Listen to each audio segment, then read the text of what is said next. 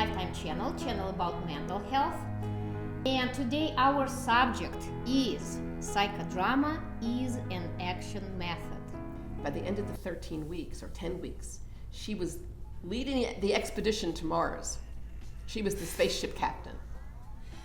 And that really impressed me, that by taking on roles, one can grow. That fall, Peter Rowan brought J.l.Moreno up to Leslie to direct a psychodrama, and I got to stand in the back of the theater and watch next to him. And I looked at her and I said, I want to do that someday. There are three kinds of minds that are talked about in DBT. The wise mind, the emotional mind, and the rational mind. We pull out three chairs and we let them interact with each other. I am in Boston Place with director of Hudson Valley Psychodrama Institute, Rebecca Walters. Rebecca, could you please tell a little bit about your personal story? My personal story? How did you discover psychodrama? Okay. Sure. I played make-believe games until I was 14. I went to see the Broadway play Camelot. So then we were King Arthur and his knights cousins, because I had these two girlfriends I played with all the time, so we couldn't be knights. We were the knights' cousins. And then we got into being the Beatles when I was around 12, and it was the Beatles' cousins. So I played make-believe games in the woods behind my house until I got to the point where I couldn't let people know that I was doing it because that was embarrassing. I also discovered boys and had a whole other set of make-believe games. So I was into drama. I grew up in a home where my father was a theater director. And I went off to college and decided I wanted to be a nursery school teacher. So I went to SUNY New Paltz right here. Mm-hmm. And there was a teacher there named Joanna Krause, whose specialty was education, was drama, creative dramatics and education. And I took every course that she offered. And I loved creative dramatics and education courses. Some of the people we read were Brian Way and Dorothy Heathcote, and I mean, these were the pioneers of this field. In that class of creative dramatics and education, I watched changes happen. We had a group of children we met with every Thursday. The class was from 4 to 7, and from 5 to 6, or from 4 to 6:30, 4 to 5:30, we had the kids, and we did something with them. And I saw changes happening. And there was one little girl I remember, because she was the child of one of our psychology professors, and she used to come into this drama class with white anklet socks and patent leather shoes and her little dress, and she was a little lady. And by the end of the 13 weeks or 10 weeks, she was leading the expedition to Mars. She was the spaceship captain. And that really impressed me, that by taking on roles, one can grow and develop more spontaneity. Now I know that's the term. I didn't know it back then. All right, so fast forward, I graduate college. I don't know what I want to do. And there's a course in movement education here at the college. And in those days, college was really cheap. It was a state university. Yeah. And my parents said, sure, I will pay for you to go for the summer. And I went to the course. And I walked around the room in an exercise, walking like, and then walking like this. And I said to the group, the teacher, I said, I feel so different. I mean, that's really interesting. And she said, well, there's a whole field called dance therapy. Oh. I happen to have a cousin who's a dance therapist. And I called her up to talk to her, and she told me about a program at what was then Leslie College. It's now Leslie University. That offered an intermodal approach to creative arts, expressive arts therapies, and you could major in dance therapy, psychodrama, or art therapy. So I applied to be part of the dance therapy group. Oh, okay. I was going to be a dance therapist. Okay. And I was turned down. They didn't have room for me. Oh my God. So I called. How was that for you? You probably was so I was upset. devastated. Although I've always run my life, I said, well, if I don't get into graduate school, I'll go to Europe. So I always had like an equally good other plan. So I said, I guess I'm going to go to Europe. But I'm going to call them first. So I called up, and I spoke to Sean McNiff, who was the head of the program, who's a renowned art therapist at this point. And he said, I said, did you read my resume? So I said, well, we don't have room for you. I said, did you read my resume? He said, don't pressure me. I don't want to be pressured. I said, I'm sorry, Dr. McNiff. And I hung up the phone, and I was just, really upset. He called back and said I'd been accepted into the Psychodrama program. Wow. Well, I found out later on, they had discovered in the Psychodrama program that the best psychodramatists were people who had a psychology background, which I did. Because at SUNY New Paltz, you couldn't major in education. You had to major in something else and take. So I was a psych major here. So I had a psychology background and all this creative drama background. So they put me in the psychodrama core, and I was like, first of all, you need to know I was 24.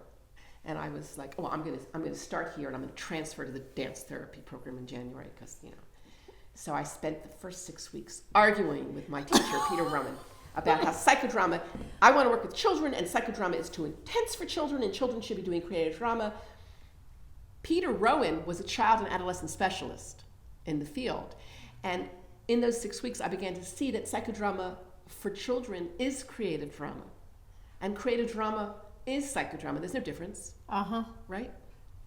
When a child is dealing with having to go to a new foster home, and you turn them into Simba, the lion cub, trying to find his way to a new home, is that psychodrama? Is it drama therapy? Is it creative drama? Who cares? Yes, right. So I became a convert. You know what converts do? Yeah, They proselytize. So this was in 1976. And I turned 25 at the end of that year. And I've been doing psychodrama ever since. So I left Lesley, which is now Lesley University, and I did a year internship. While I was there, I did a year practicum at a school, and then I did a year internship at Fair Oaks Hospital in New Jersey with a woman named Jackie Soroka, who's a wonderful, renowned psychodramatist. I got to do 15 groups a week. You get good doing 15 groups a week. Oh my God. They weren't all psychodrama groups, but they were all action groups. So some of them were three groups per day. It was 3 groups per day.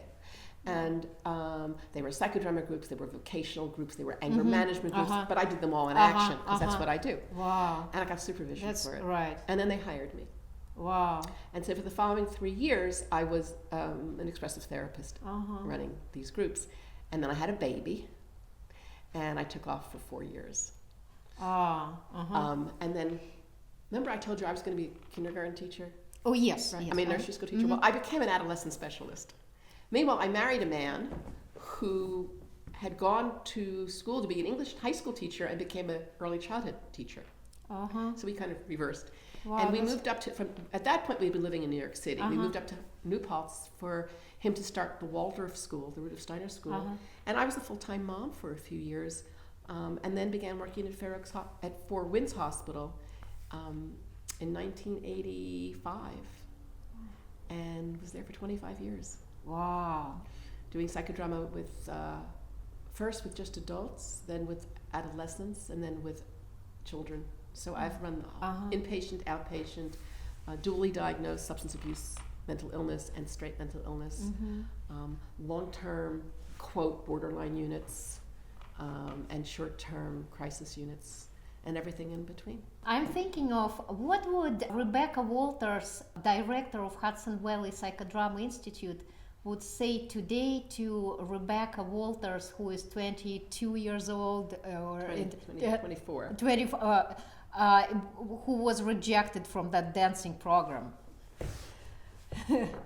You have no idea what's going to open up for you. You know, that fall, Peter Rowan brought J.l.Moreno up to Lesley to direct a psychodrama, and I got to stand in the back of the theater and watch next to him. And I looked at her and I said, I want to do that someday. I'm not suggesting I'm anywhere near as phenomenal psychodramatist as she was. Zerka died at the age of 99, just a few years ago, and she was teaching up until, she was directing psychodramas from her hospital bed, even just 2 or 3 years before she passed away. But she's a pretty amazing woman. And I'm very honored to have, she watched me do a workshop once, and she said to me, "You are a fine, excellent ambassador for our method, Rebecca." And that touched me very deeply. Yeah. So I think what I would say to myself back then is, don't sweat the small stuff. This is all going to work out and be better than you could even imagine. At this point, Anna, I'm traveling all over the world doing psychodrama. All right. My husband's quit his job so he can be my roadie.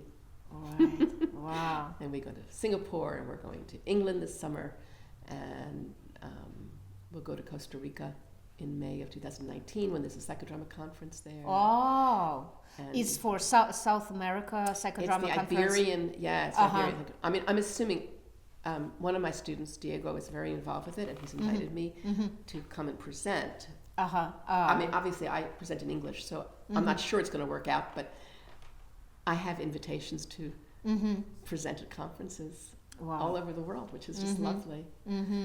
Mostly around psychodrama with children. And it's wonderful for me to say that my original Russian teacher, Elena Lopukhina, met Rebecca in London at the BPA. Yes. And that's how, and then my Russian teacher recommended me Rebecca to come here. Yes, and it's wonderful. In psychodrama, we have this expression called tele. Right? And tele is, when you meet somebody and you click with them, it's like you see them for who they really are, and they see you for you really are. Well, she and I had that. We met, and it was like instantaneous. Oh, we're cousins. Oh, you right? You are. And it was very, very nice, very special. And that had happened to me growing up, but I never had a word to describe it before. Hudson Valley Psychodrama Institute is one of the premier training institutes in this field in the United States. Yeah. We were founded in 1989 by Judy Swallow and myself. We were both senior psychodramatists at Four Winds Hospital. And we both have over 20 years apiece of inpatient psychiatric experience. We do, at this point, 2 intensives a year, which are 5 days, where people can come and work on their own issues, but also learn the basic psychodrama techniques that they can then take back to the work that they're doing if they're working with people. Most people who come are therapists and counselors. Some people come because they have a piece of work they need to do. We also do 2-day workshops that are geared to people who come with some previous training who want something very special. So for example, dialectical behavioral therapy is a very major form of therapy today. Yeah. And part of it is part of it is doing skill groups, right? So there are certain skills, for example, emotional regulation or interpersonal communication. And the people who lead them are often very gifted therapists.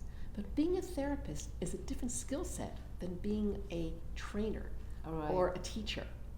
So they tend to teach using paper and pencil or whiteboards. And we're psychodramatists.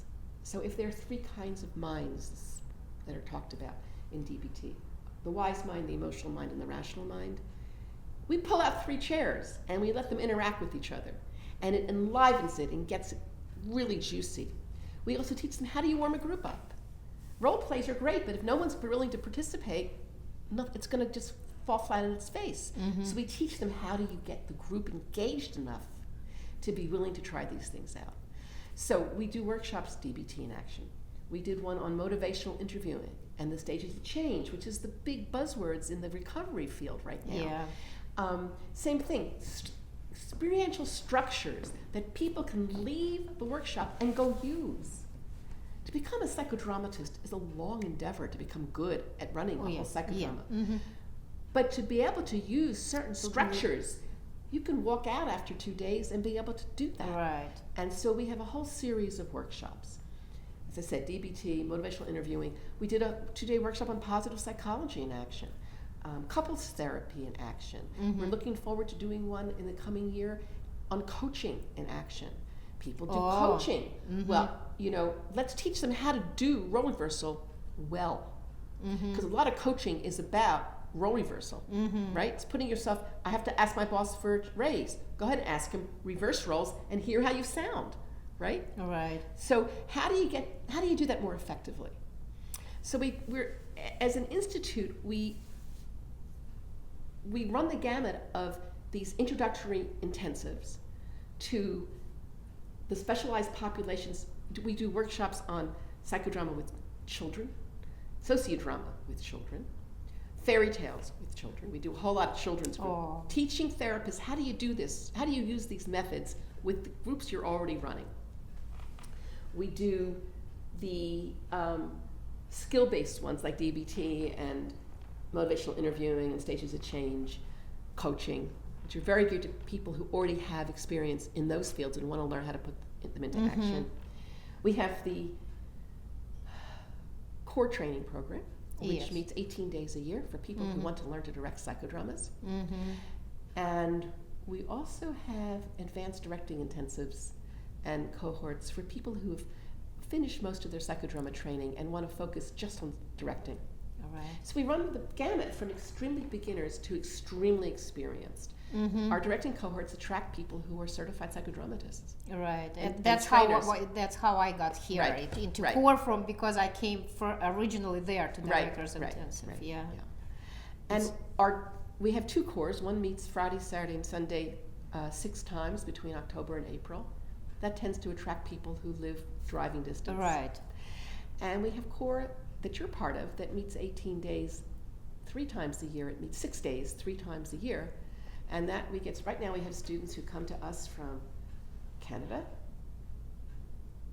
Costa Rica, Singapore. We've had students from Hong Kong and Guatemala and Norway who are willing to fly in 3 times a year because of the level of training they get And there. almost all states, right? Yeah, and all the states.